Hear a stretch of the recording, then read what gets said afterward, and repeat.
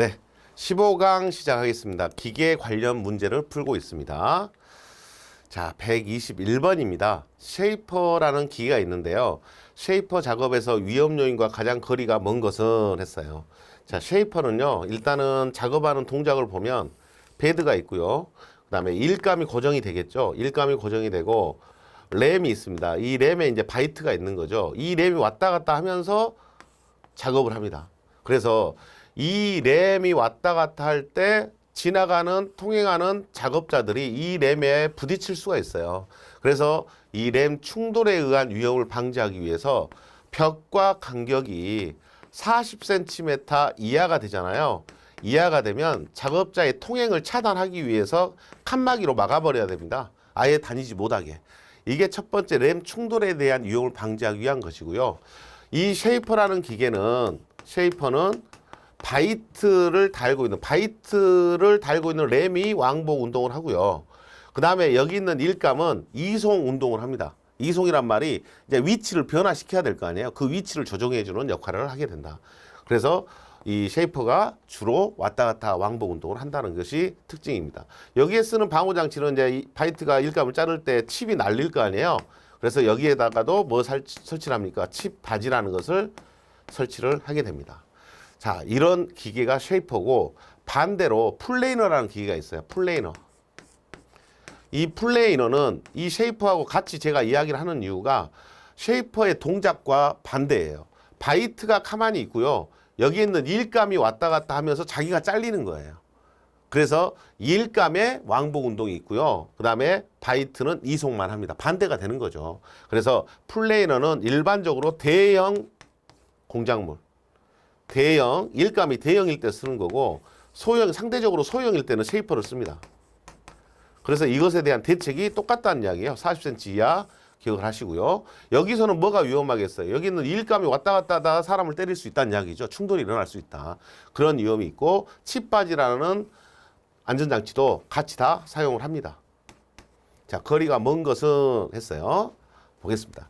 칩 비산의 위험이 있다. 그래서 칩바지 설치해야 된다. 맞다. 바이트의 이탈의 위험이 있다. 자, 위험 요인을 이야기하는데 바이트가 이탈할 수도 있다라는 이야기요. 바이트의 고정이 약해버리면 부러지거나 또는 이탈할 수 있다. 램 말단부에 충돌할 수 있다. 맞는 말입니다. 램 말단부에 부딪힐 수 있다. 척 핸들을 이탈시켰다. 이게 위험 요인이냐 이 말이죠. 척 핸들을 이탈하는 것은 위험이 아닙니다. 척 핸들을 이탈시키는 것은 척 핸들을 조정하고 나서 조정이 끝나면 이탈시켜 놓는 게 원칙적이다 이 말이에요. 자꾸 이런 말이 나오죠. 척 핸들, 또 척 렌치 이런 말, 또 상하 이송용 핸들 이런 말이 나오는데 이런 말 했던 것들은 전부 띄워놓는 게 맞아요. 조작이 끝났으면 띄워놓는 게 맞아요. 그래서 척 핸드 이탈한다. 척 렌치를 이탈시킨다. 또 이상하 이송용 핸들을 이탈시킨다. 빼놓는다. 이렇게 말하는 게 나쁜 말이 아니라는 거예요. 그것을 자꾸 문제에서 물어보고 있어요. 이런 것도 헷갈리고 있을까 봐. 그래서 답은 위험 요인이 아닙니다. 4번은. 잘한 거예요. 그래서 답을 4번으로 할 수 있어야 되겠습니다. 비슷한 말들이 계속 나오고 있어요, 지금. 그래서 이런 말이 이제 어떤 의미인지를 이제 모르는 친구들한테는 아마 이제 헷갈린다고 보는 거죠. 122번입니다. 플레이너 작업 시 안전 대책입니다. 베드 위에 다른 물건을 올려놓지 않아야 된다. 일감이 왔다 갔다 한다 그랬죠. 바이트는 짧게 나오도록 한다. 바이트를 짧게 물리는 건 무조건 좋은 겁니다. 바이트가 길게 나오게 되면 바이트에 무리가 와서 부러지거나 탈락되거나 이런 현상이 생기니까 바이트가 날이잖아요. 이 날이 쉽게 부러지면 안 되니까 짧게 물리는 게 좋은 겁니다. 좋은 말입니다. 프레임 내에 피트 내에는 뚜껑 설치한다.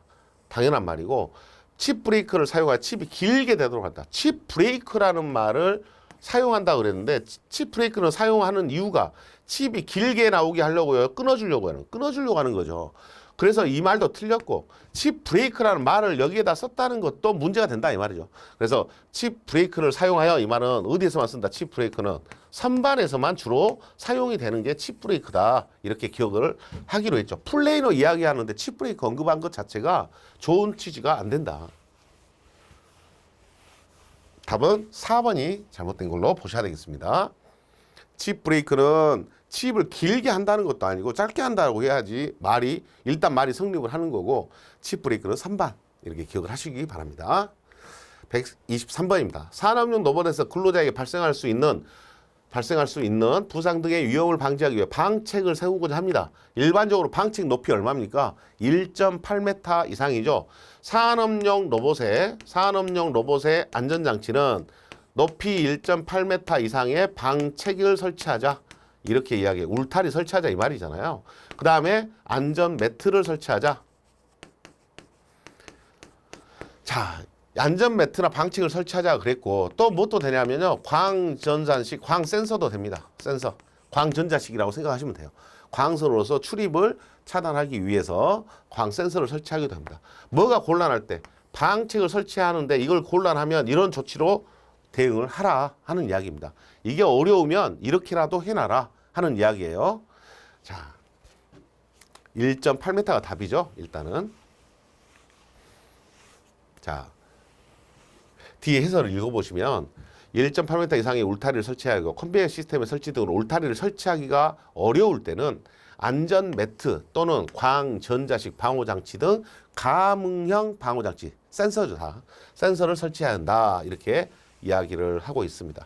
이 부분이 좀 이제 개정된 거죠. 과거에는 1.8m 이상의 방책 또는 안전 매트 두 가지로만 이야기를 해버리니까 실제로 컨베이어 시스템과 어울려서 움직이는 산업 로봇일 경우에는 정비, 점검, 수리, 작업상 필요할 때는 이 방책을 해체를 해야 되는데 이게 번거로운 거죠. 그러다 보니까 센서라도 설치를 하라는 게 이 말이 추가가 된 거예요. 이게 추가가 된 거예요.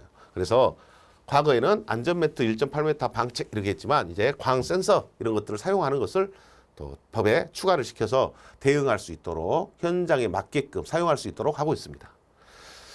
산업용 로봇도 이제 안전검사 대상이 돼서 이번에 안전검사 최근에 이렇게 새로 받으신 사업장이 많을 거예요.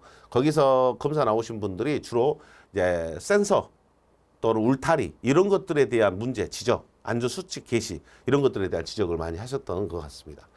자, 124번.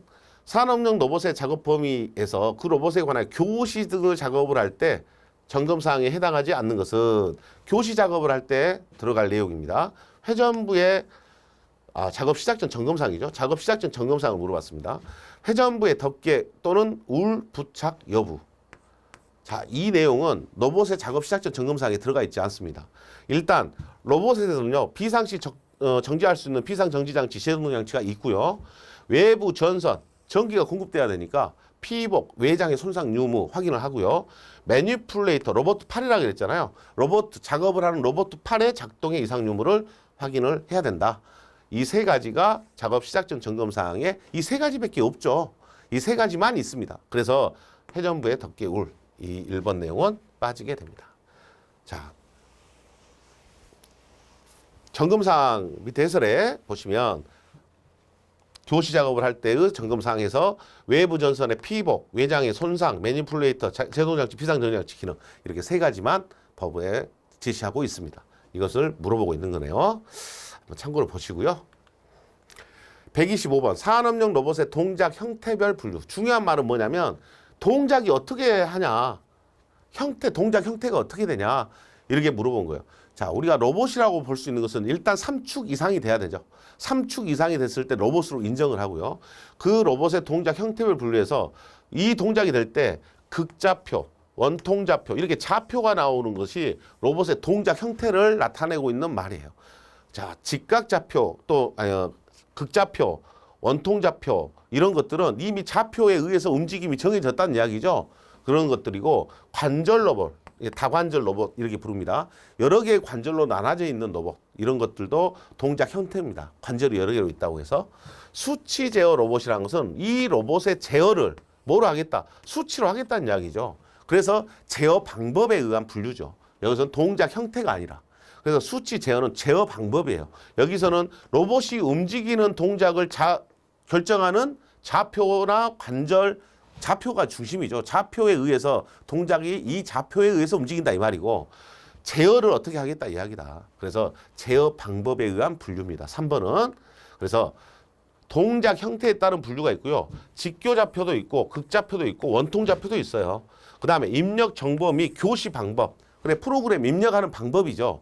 프로그램 입력하는 방법에 따라서 수동 매니플레이터, 직접 사람이 수동으로 입력하는 거. 그 다음에 시퀀스 매니플레이터, 플레이백, 로백. 플레이백이라는 게 로봇의 움직임을 직접 로봇한테 움직임을 기억을 시키는 거죠. 그래서 그걸 반복하도록 하는 거. 그 다음에 수치 제어, 그다음에 지능 로봇 이런 것들은 제어 방법, 프로그램 입력 이런 것들에 의한 분류에 해당이 됩니다. 자, 해설 참고로 해서 한번 봐놓으실 필요는 있을 것 같아요. 뭐 빈도가 많지는 않습니다만 그래도 우리가 기본적으로 동작 형태인지 또는 교시 방법인지 또 프로그램 입력인지 이거에 의한 방법으로 구분을 해 놓으실 필요가 있습니다. 큰 분류 정도는 해보실 필요가 있다. 이런 생각이 들어서 문제에 포함을 시켰습니다.